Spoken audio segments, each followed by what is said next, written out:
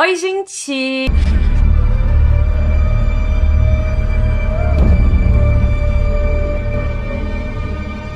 J'espère que vous allez bien. Aujourd'hui, on se retrouve pour une nouvelle vidéo et on se retrouve pour une nouvelle JVDT Crime, le retour. Alors, avant que la vidéo commence, j'ai deux choses à dire. Il y aura du changement pour... Oh là là, l'intro va être trop longue. Je vais mettre un timecode.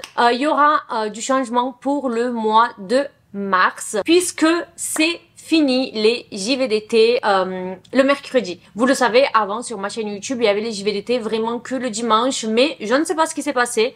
Quand j'habitais en Espagne, j'ai commencé à faire que des JVDT et ça fait 4 mois que je fais que des JVDT non-stop. Et j'aurais pu dire tout ça dans la FAQ que j'ai sortie, mais j'ai oublié. Il y a eu beaucoup de JVDT et le fait qu'en janvier j'ai posté qu'une vidéo par semaine, ça m'a fait vraiment du bien. Et j'avais réfléchi à la possibilité d'arrêter les vidéos du mercredi. Mais d'un côté, j'ai toujours fait 2 vidéos par semaine. Passer à une vidéo par semaine, ça me faisait hyper bizarre. Et je me suis rendu compte que ce qui me prenait beaucoup de travail, c'était quand même les JVDT. Et je sais pas pourquoi, j'ai commencé à faire que des JVDT. Les vidéos catfish sont plus faciles à écrire. Et surtout, les vidéos de crime, c'est beaucoup plus simple. Donc, je me suis dit, au lieu d'enlever les vidéos du mercredi, on va repasser au système d'avant, c'est-à-dire que le mercredi, il y aura des vlogs, il y aura les vidéos catfish. Je vous ai déjà posté une vidéo catfish d'ailleurs il y a à peine quelques jours. Et il y aura le retour des vidéos de crime. J'espère que ça vous plaira. J'ai écrit 4-5 vidéos de crime déjà en 2 semaines et j'adore aborder ce type de sujet. Donc je suis contente de le ramener sur ma chaîne YouTube. Et troisième chose, avant que la vidéo commence, vous le savez déjà, n'oubliez pas de vous abonner. Et c'est donc parti. Désolée pour l'intro hyper longue, mais je voulais vous expliquer un peu les petits changements.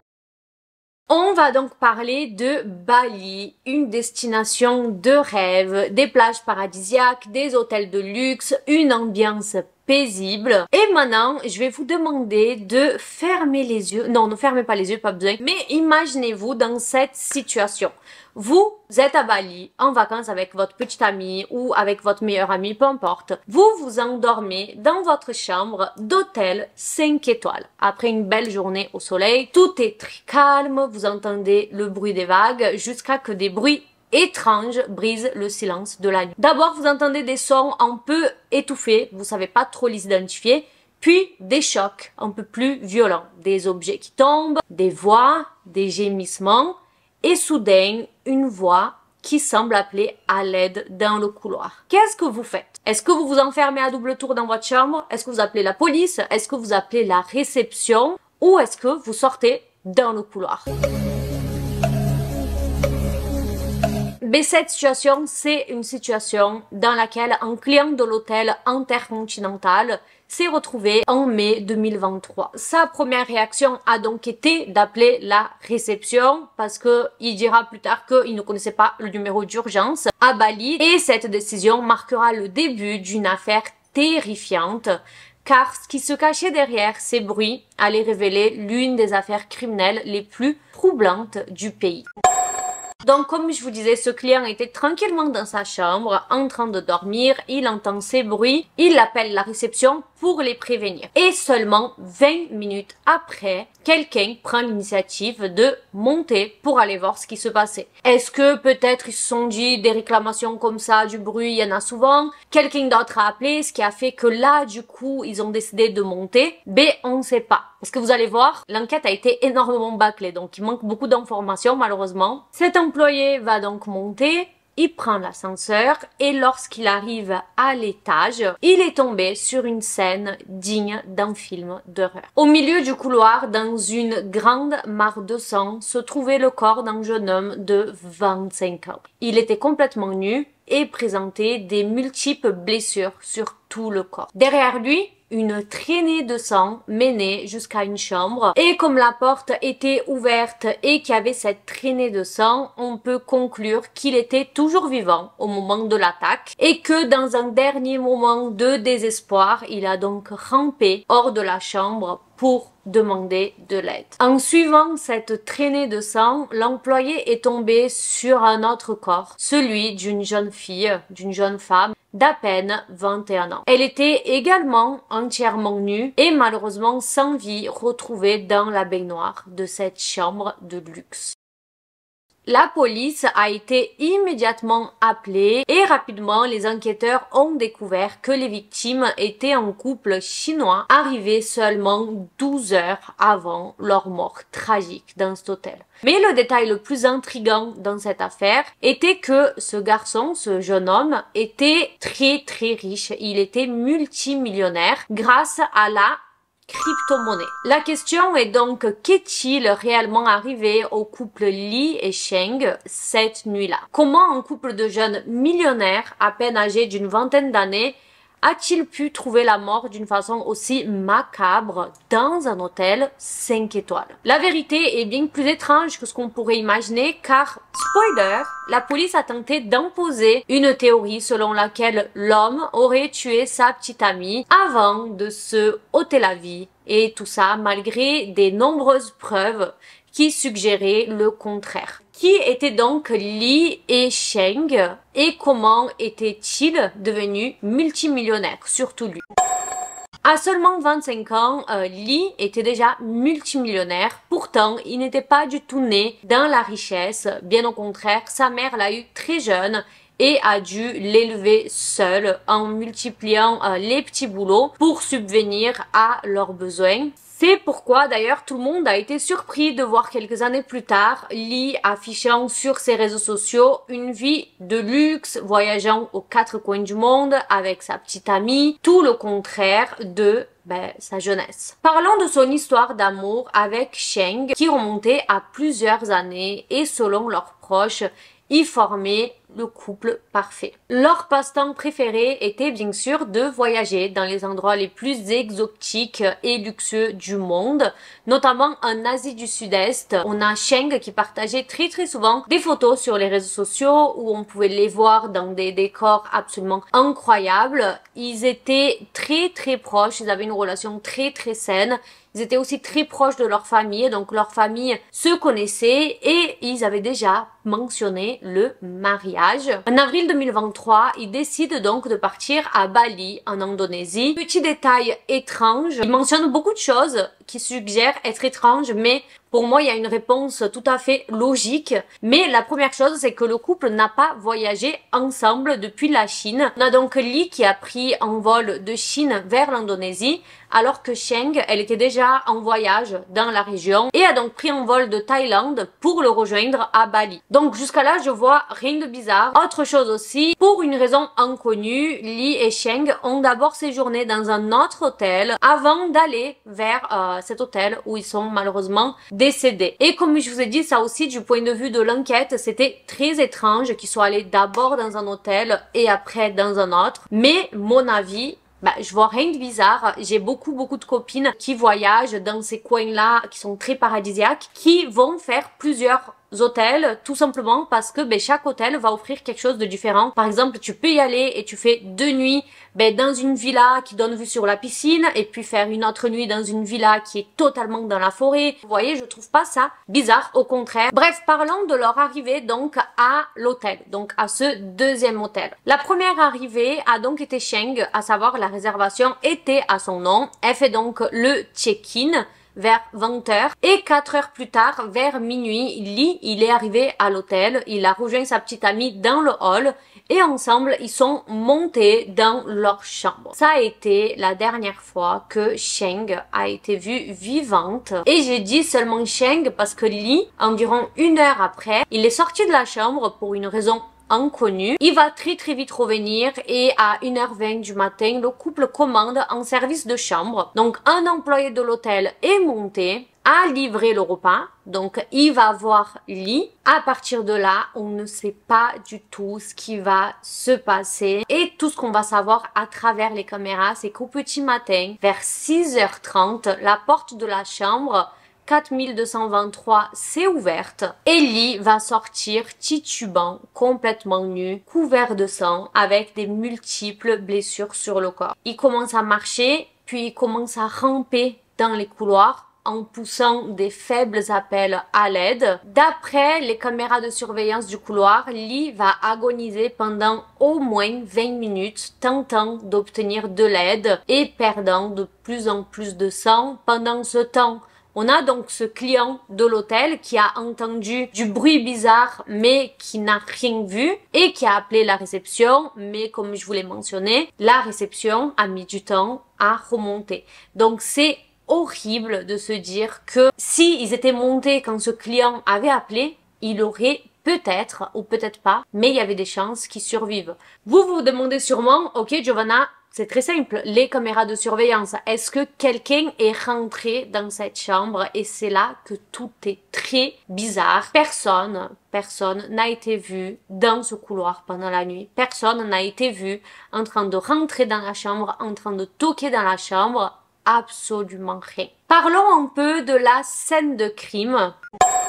Plus de 20 coupures ont été retrouvées sur tout son corps. On avait deux plaies plus profondes, une au niveau du cou et l'autre sur la jambe. Et il avait également des blessures dans le dos. Retenez ça parce que ça va être important pour la suite. Selon l'autopsie, les blessures n'ont pas été causées par un couteau, mais plutôt par des morceaux de bouteilles en verre brisées. La plupart de ces coupures étaient donc superficielles, ce qui explique pourquoi Lee a survécu pendant plus de 20 minutes dans ce couloir, mais la cause officielle du décès a été une perte de sang trop importante. Un autre détail très troublant qui a circulé sur internet mais jamais confirmé par la police, c'est que des photos de la scène de crime ont malheureusement fuité sur internet et beaucoup de personnes disent que les parties génitales de Lee auraient été coupées, mais aucune source officielle ne l'a confirmé. J'ai malheureusement cherché sur internet en ce qui concerne ces photos et heureusement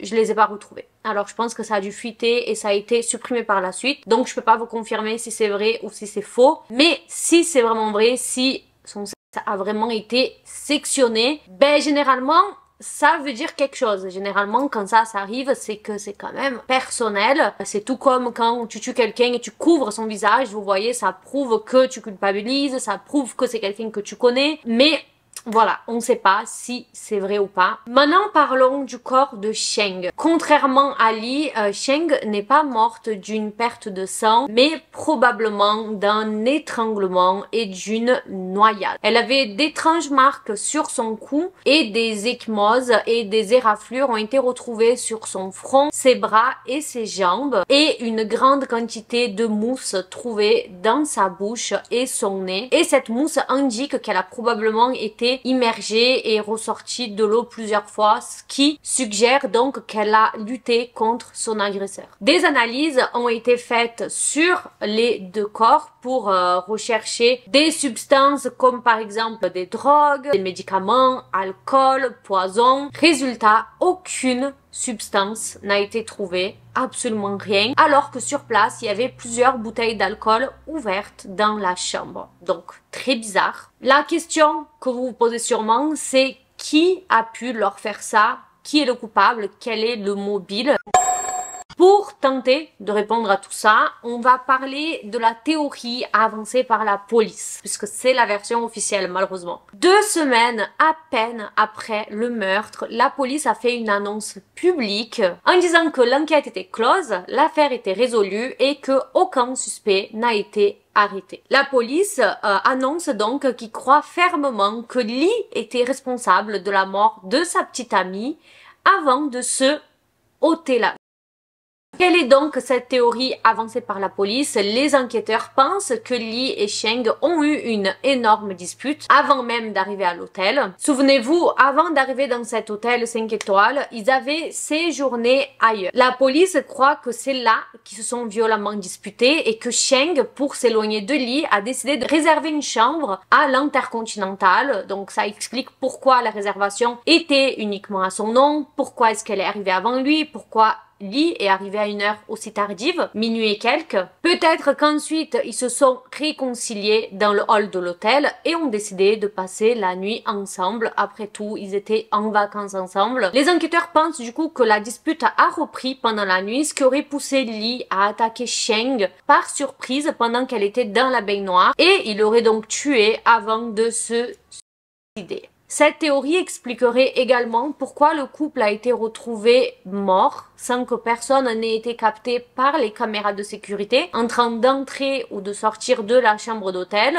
De plus, aucun objet n'a été volé dans la chambre alors que les deux étaient riches et qu'il y avait des lunettes de soleil de luxe, il y avait des sacs, il y avait une Rolex, il y avait des montres, mais pourtant rien n'a été volé. Aucune trace n'a été trouvée indiquant la présence d'une troisième personne dans la chambre, comme par exemple des empreintes, du sang, de l'ADN. Sauf que voilà, cette théorie avancée par la police comporte aussi plusieurs incohérences. La seule chose que moi je me pose des questions, c'est que encore qu'ils voyagent séparément, qu'ils arrivent à Bali à des horaires différents, je trouve pas ça bizarre, mais je me demande vraiment s'ils étaient dans un autre hôtel et Sheng arrive à cet hôtel à 20h, pourquoi est-ce que Lee arrive seulement à minuit? Vous voyez, c'est quand même 4 heures après. Qu'est-ce qui s'est passé pendant ces 4 heures? C'est vrai que ça, c'est quelque chose d'étrange. Ils sont dans un pays étranger. Ils sont pas chez eux. C'est pas comme si Lee devait gérer quelque chose et voilà. Mais vous allez comprendre que quand on rentre dans la théorie que tout ça pourrait avoir un rapport avec le travail de Lee et la crypto-monnaie, là, ça pourrait avoir du sens qu'il se soit absenté pendant 4 heures. Vous allez comprendre. Revenons donc sur les incohérences de la théorie de la police. Revenons donc sur les incohérences de la théorie de la police. Et la première, je pense que vous y avez pensé, si Lee voulait mettre fin à ses jours, déjà, pourquoi il aurait utilisé un objet aussi inhabituel qu'une bouteille en verre pour ce... En plus de ça, ces blessures qui se seraient infligées lui-même sur son corps étaient superficielles. Je veux dire, si tu veux en finir... Vas-y, tu sais où il faut y aller, tu sais où sont les veines. Non, là, il a vraiment beaucoup de blessures superficielles partout sur le corps et surtout dans le dos. Comment il aurait pu se... Tu peux, oui, bien sûr, te taillader le dos si tu veux, mais pourquoi? C'est quoi la logique, vous voyez? Il y a aussi le fait que si Lee voulait en finir avec sa propre vie après avoir sa petite amie, pourquoi est-ce qu'il aurait rampé dans le couloir pendant 20 minutes en appelant à l'aide? Autre chose, aucune empreinte digitale de Lee n'a été retrouvée sur les bouteilles qui auraient supposément servi en tant que l'arme du crime. Il y a ça aussi. Après, il y a beaucoup qui se demandent si les tests de la police ont été bien effectués parce que, comme je vous ai dit, l'enquête a été catastrophique. Ils se demandent même s'ils ont vraiment pris des empreintes. Parce que, par exemple, il va se passer quelque chose, c'est que la police, dans tout ce blablabla qu'ils vont dire, ils ne vont jamais dire que l'appartement, il y avait un balcon et par ce balcon, on pouvait rentrer dans la chambre d'hôtel puisque c'était un étage très bas qui donnait littéralement sur un jardin. Donc il y a beaucoup de choses dont la police, ils n'ont pas donné des informations. Ils n'ont pas dit par exemple, est-ce qu'ils sont allés sur ce jardin, ils ont vu des empreintes, est-ce que quelqu'un a essayé d'escalader le mur, est-ce qu'ils ont pris des photos du mur de ce balcon. Il n'y a rien du tout sur tout ça. Lorsque cette affaire a éclaté, de nombreuses personnes sur internet ont commencé à remettre en question la théorie de la police. Et d'ailleurs, même la famille, que ce soit de Lee et Sheng, était révoltée contre la police, qu'ils tournent l'enquête dans ce sens-là sans exploiter d'autres preuves parce qu'ils disent que c'est impossible que Lee ait fait ça à Sheng. Il n'y a aucune raison. Aucune.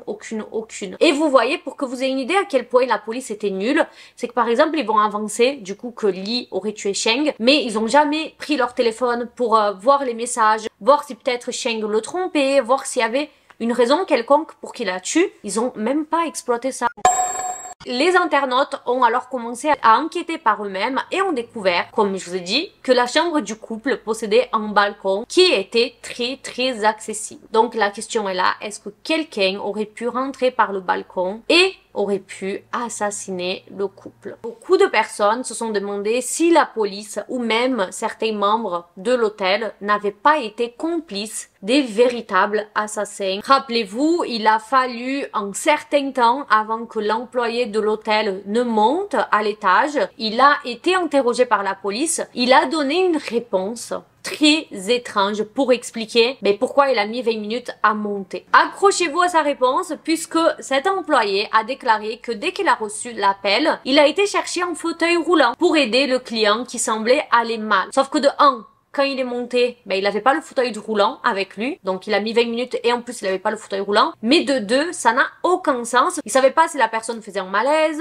il Ils savaient pas si la personne s'étouffait, ils savaient pas si la personne était simplement bourrée. Donc pourquoi en fait aller chercher un fauteuil roulant sans même savoir quel est le problème de ce client, vous voyez. Autre détail troublant, l'hôtel a été très rapide pour nettoyer la scène de crime, allant jusqu'à remplacer la moquette du couloir juste après les premières investigations. Beaucoup de personnes ont trouvé ça suspect, mais moi personnellement ça me choque pas. On parle d'un hôtel 5 étoiles, je veux dire ils ont plein d'autres clients, ils vont pas laisser dans le couloir une moquette avec une tache de sang. Et s'ils ont fait ça en respectant la police, donc en attendant qu'ils aient pris les empreintes, qu'ils aient collecté tout ce qu'ils avaient besoin, personnellement, je vois pas de problème. Mais bref, tout ça pour dire que certaines personnes vont se demander si certains membres de l'hôtel n'ont pas pu être de mèche pour couvrir ce crime. Mais la question du coup, c'est pour qui? Parce que Lee ne semblait pas avoir des ennemis, Sheng non plus. Et là, on rentre dans les deux principales théories.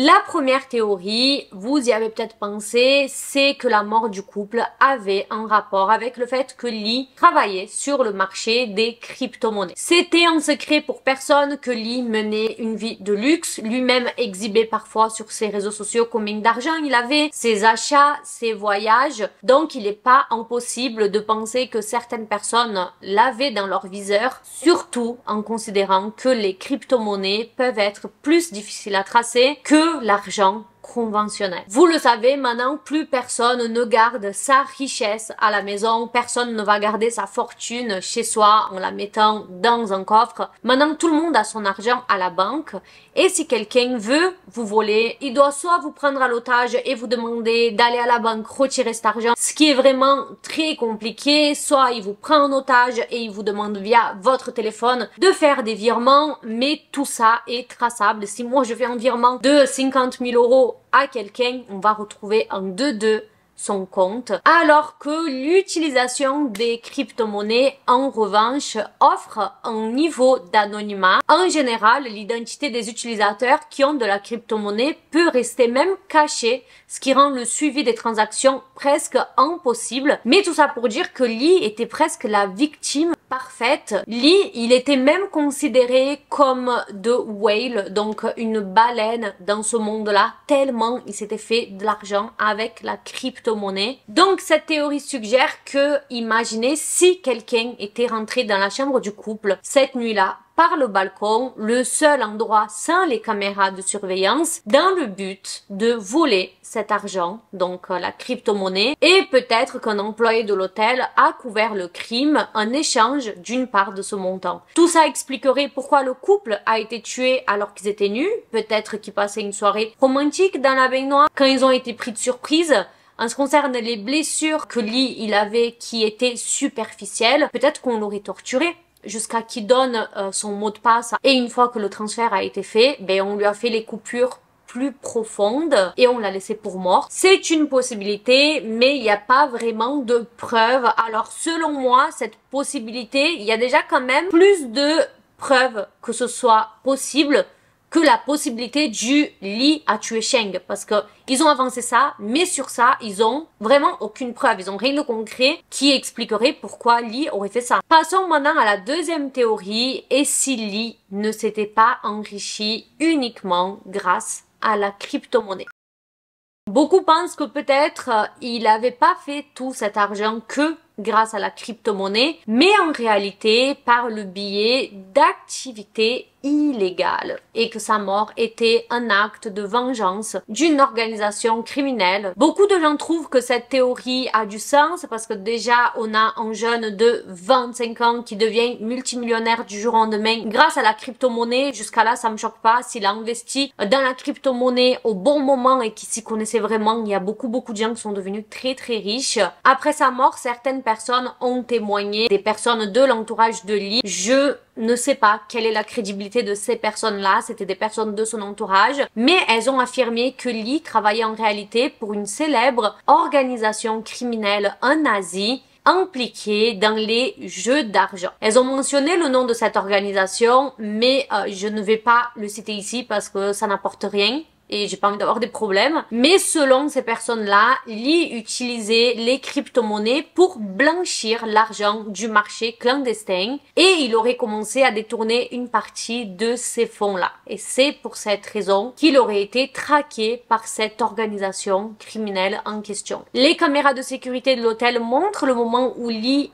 rentre dans l'établissement et on peut voir qu'il est quand même un petit peu anxieux, agité. Il regarde autour de lui, ce qui pourrait être un signe qu'il savait qu'il était surveillé. Cette théorie expliquerait aussi pourquoi le couple voyageait si souvent dans des pays d'Asie du Sud-Est. La principale zone d'opération de cette organisation criminelle en question également. Et ça explique aussi pourquoi ils réservaient toujours les hôtels sous le nom de Sheng, en changeant plusieurs fois d'hôtel au cours de leur voyage. Vous vous rappelez aussi, Lee, il arrive dans l'hôtel, il se parle dans le hall, ils vont dans la chambre et ensuite il ressort. Et ensuite il revient. Les gens se disent que peut-être quand il est sorti, il a été voir quelqu'un ou il a été passé un coup de fil. Ils se disent que peut-être Lee a rejoint Sheng plus tard parce que peut-être qu'ils étaient dans leur premier hôtel, il y a eu un problème, il a dit à Sheng de réserver un hôtel pour se mettre en sécurité et lui il a donc rejoint 4 heures après, peut-être qu'il était suivi, peut-être qu'il avait quelque chose à gérer, va savoir. Ce sont des suppositions, mais une fois de plus, ces deux théories-là, que ce soit du vol de crypto-monnaies et du fait qu'il faisait des choses illégales, pour moi, ont plus de sens que Lee a tué sa petite amie. On sait pas pourquoi, mais voilà. C'est de cette façon très frustrante que je vais finir cette JVDT puisque l'enquête, la police d'Indonésie ont classé l'affaire. Ils ont estimé que Lee a assassiné sa petite amie avant de se suicider. Une fois de plus, même la façon dont il s'est suicidé, ça n'a aucun sens. Dites-moi qu'est-ce que vous en pensez dans les commentaires, quelle est votre théorie? Franchement, moi, ça me choquera toujours de voir que la police peut conclure une affaire sans même avancer une seule preuve du pourquoi Lee aurait tué sa petite amie. Vraiment, il n'y a pas une seule raison. On se retrouve pour une nouvelle vidéo dans mon nouveau appart. Alors, je préviens, il risque pas d'avoir de décor. Mais bon, ça arrivera petit à petit. Il va falloir que je trouve des solutions. Il va falloir que j'aille récupérer mes meubles que j'ai laissés dans mon box, mes plantes, tous mes petits trucs. J'ai très hâte. Mais bon, c'est à 6 heures de route quand même. J'ai besoin de Marco pour faire ça. Et Marco travaille beaucoup, donc ça va être compliqué. Je vais sûrement tout racheter. Toutes mes plantes. Et je vais me retrouver avec encore plus de plantes. Bref, je vous laisse 2 autres vidéos sur l'écran. Dites-moi qu'est-ce que vous en avez pensé dans les commentaires. Je fais plein de bisous. Bisous, ciao.